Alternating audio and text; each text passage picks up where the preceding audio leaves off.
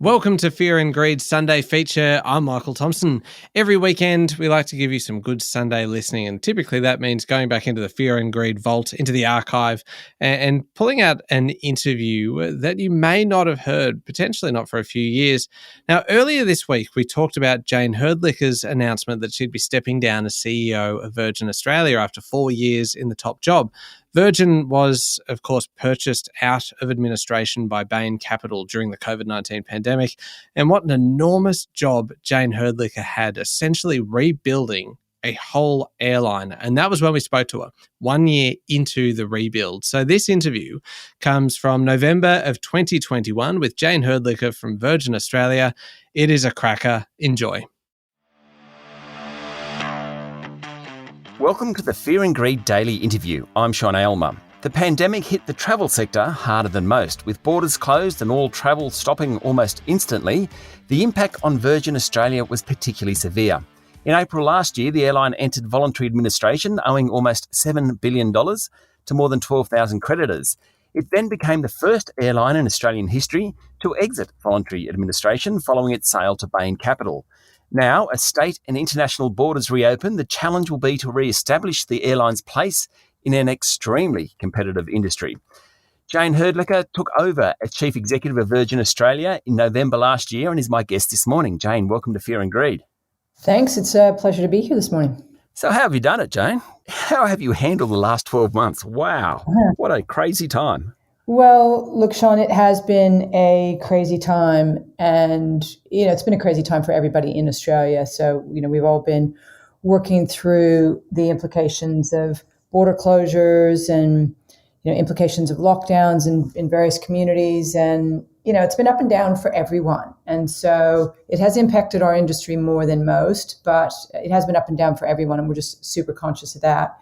And it's been tough on our people, frankly, because of the uncertainty, and we were all looking really good around Easter, and then by July it was looking pretty difficult again. So if I look back on the last 12 months, Sean, I'd say it's been really tough for Australia, and it's been really tough for aviation and the tourism sector generally. And for us as a business, however, it's been a great opportunity to just stay really focused on all the transformation work we're doing to ensure that we are very competitive as we start flying again in December. And we are in a position to remind Australians what they love about Virgin Australia and work hard to get our market share position back at roughly 33% of the domestic market.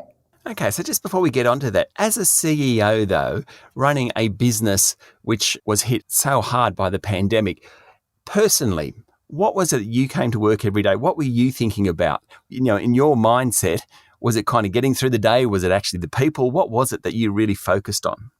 Well, look, it's a few things. One is people, because our business at the end of the day is about people. And so making sure that everybody was really positive about the future and focused on what everybody could do each day to make a difference in rebuilding the airline, rebuilding the business, and planning for a really exciting future was, really super important to me. So that's job one. And job two is making sure that we were really clear about the things that mattered, and we had a good game plan, and everybody knew how they fit into that so that they could put their focus on the things that they individually could do to make a difference. And that really helps, because if you know where the business is headed and you know how you fit in and you know what you can do every day to make a difference, then it kind of helps mute the noise in the background and all the uncertainty that comes with that noise, just to keep your head focused and stay positive. Okay. So as we talk about your efforts to get back to that 33% goal, as you just mentioned, let's take a few state borders, the consistency around state borders. How important is that at the moment? I know that you have previously spoken about how difficult it is to manage when you're not quite sure what's going to happen state by state. We've all gotten really good at managing uncertainty, and I think the reality is that we will be really good at managing uncertainty forever now. And while we would love to have a clear game plan with absolute certainty that it will be delivered, we know that's not realistic, and appropriately so, because as a country, we're managing now to transition to a world where we learn to live with COVID in the community. And that's just going to have some wild card events that nobody can anticipate, and So we will have to continue to stay flexible. We'll have to continue to adjust state by state as is necessary and appropriate. But the very positive thing is that the direction of travel is open. And all state premiers are talking about the circumstances in which they're going to be open. And it's in the community's hands. It's all about the vaccination rates. It's all about protecting the vulnerable in the community. And so we each have the opportunity to make a difference in ensuring that we get back to a more stable environment where we can all return to the lifestyles that we love. They give us the freedom to travel this country, to see our friends, to see our family, to see the people that mean something to us in our lives, and to be able to do that whenever we feel like it and to plan. Yeah. So we're really looking forward to that. And I think the reality for us has been that we just have to learn to live with the uncertainty and not to fight it, and to accept the fact that we have to adjust and correct course when that's appropriate to protect the community. So how's the process of rejigging the airline in terms of, getting planes back in the air, getting staff back on? Have you been able to retain enough staff? Is there retraining going on at the moment? How's all that working? Well, it's working really well. So in July, we looked forward and thought, pretty confident that December and January, Australia will be open because it'll have been 2 years since the pandemic started. It's really important for Australia to get reunited, and the emotion is building with people not being able to connect with family and friends and people they love. So we banked on the fact that December and January would be Australia's reopening, and we have worked hard to keep all of our pilots current. We've flown empty planes to ensure that they had enough hours, and we have kept everybody kind of warmed up to come back to work, and we've worked hard to keep everybody connected emotionally to the business as they've been stood down, if that was their circumstance. And so we start standing back up in November with a lot of positive energy, Sean, and people are really excited to get back to work. And December and January, we're hiring in addition to bringing people back to work because we have new aircraft coming in and we're growing. And so it's a really positive story. We're getting everybody back to work. We're bringing more members into the team. We're not having any difficulty in hiring new people into the company. And so it's actually quite a positive outlook. Okay. Stay with me, Jayne. We'll be back in a minute.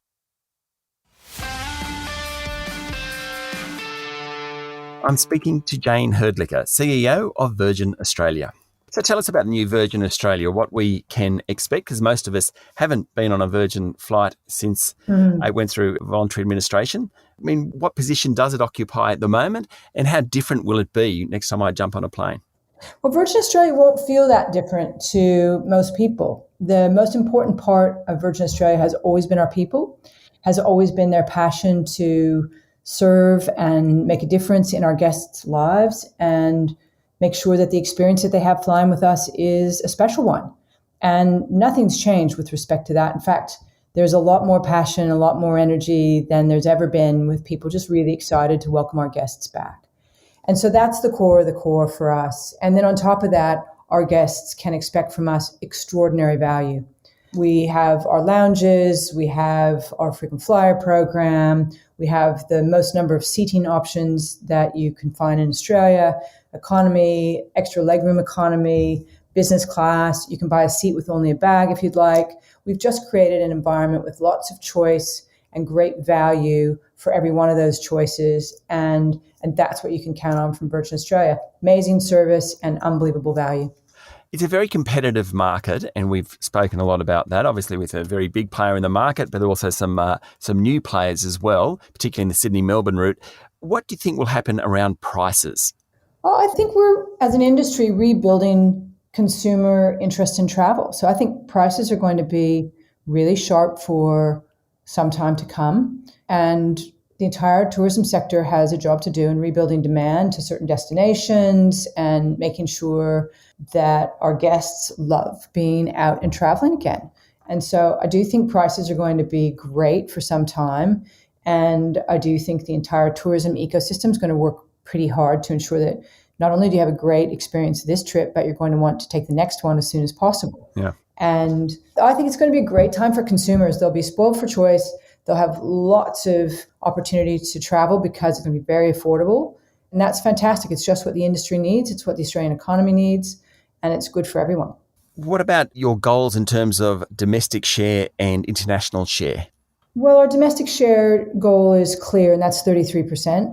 And that is important, we think, to serve both our business and our leisure travel needs for our guests. So that's sacrosanct. And then international, we will have both a short-haul international network that serves the most popular destinations like Fiji and Bali and New Zealand. And we'll also be building an international long-haul network with our partners and doing some creative things there to ensure that the world is available to Virgin Australia's guests. And the members of our frequent flyer program, Velocity, will have every option to go and explore the world, off the back of the points that they've earned through a variety of different mechanisms in the program. I wanted to mention Velocity. How important has Velocity frequent flyer program been during the last 18 months in terms of just keeping in touch even with people? Oh, look, Velocity's been really important. It's been an important part of the Virgin Australia group for a long time, but it's never been more important than the last couple of years, where it's so helpful to be able to be in contact with your guests, even though they're not flying, and finding ways to encourage engagement and add value and thank them for their loyalty and commitment to us over the years has been a really important opportunity for us. And we've appreciated the gift that our loyalty program brings as a consequence of that. Okay, you also mentioned buying new planes, is that right? Are they lower emissions planes? Yes, well, we have a mix of aircraft in our fleet. We've got orders in for the new MAX fleet in the 737 family, and that is lower emissions aircraft, roughly 8% less fuel burn. Right. And the aircraft that are coming in right now are part of the existing 737 family, so the 737 NG family.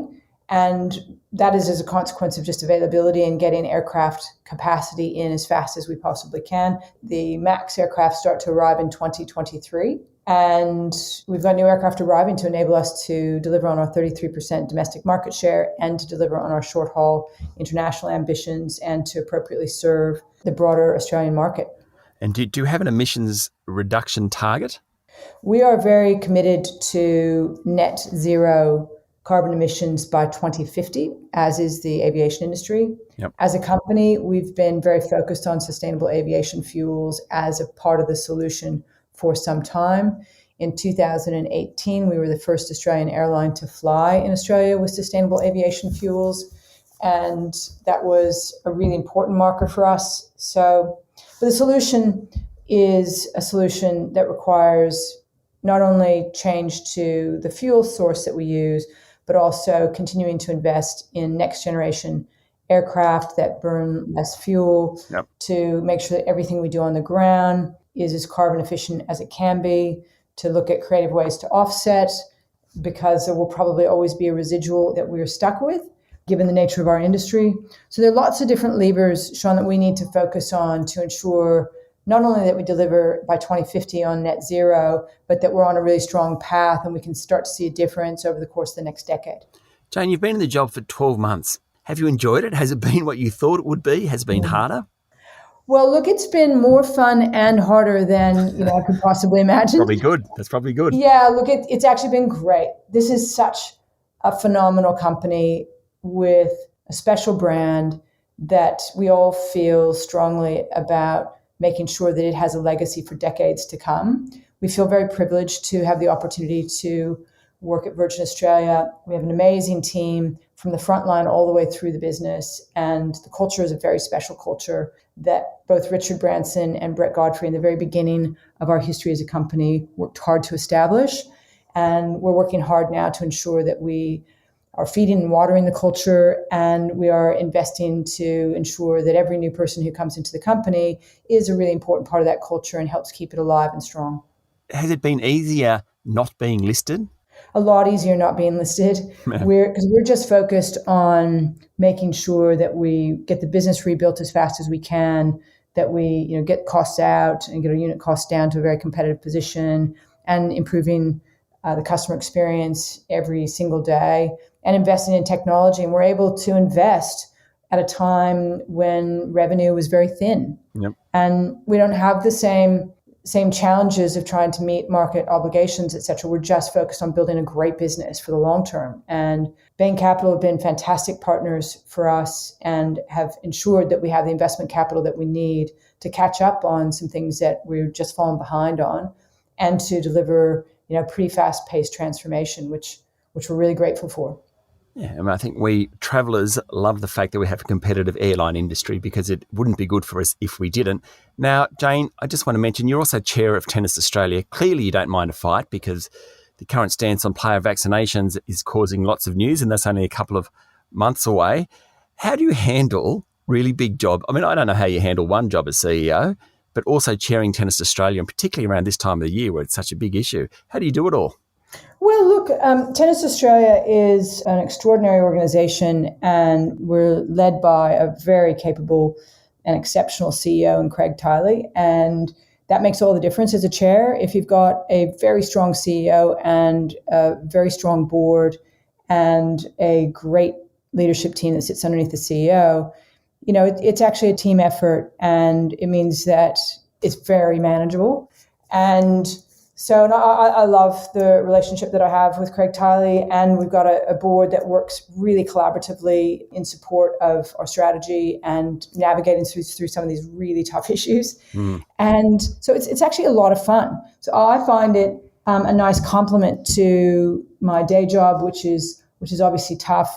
And there's quite a lot of synergy between the two because both of my passion businesses are dependent upon borders being open and working closely with state and federal governments and making sure that we're supporting the community in every way we can while also delivering on our organizational ambitions. So I find it a really positive experience and great synergy, frankly. Well, Jayne, thank you very much for talking to us. Good luck with Virgin Australia. I hope you do achieve your goal in that 33%. And certainly I hope the summer of tennis is as exciting as it normally is. Thank you very much, and I promise that it will be. That was Jayne Hrdlicka, Chief Executive Officer of Virgin Australia. This is the Fear and Greed Daily Interview. Join me every morning for the full Fear and Greed podcast with all the business news you need to know. I'm Sean Aylmer. Enjoy your day.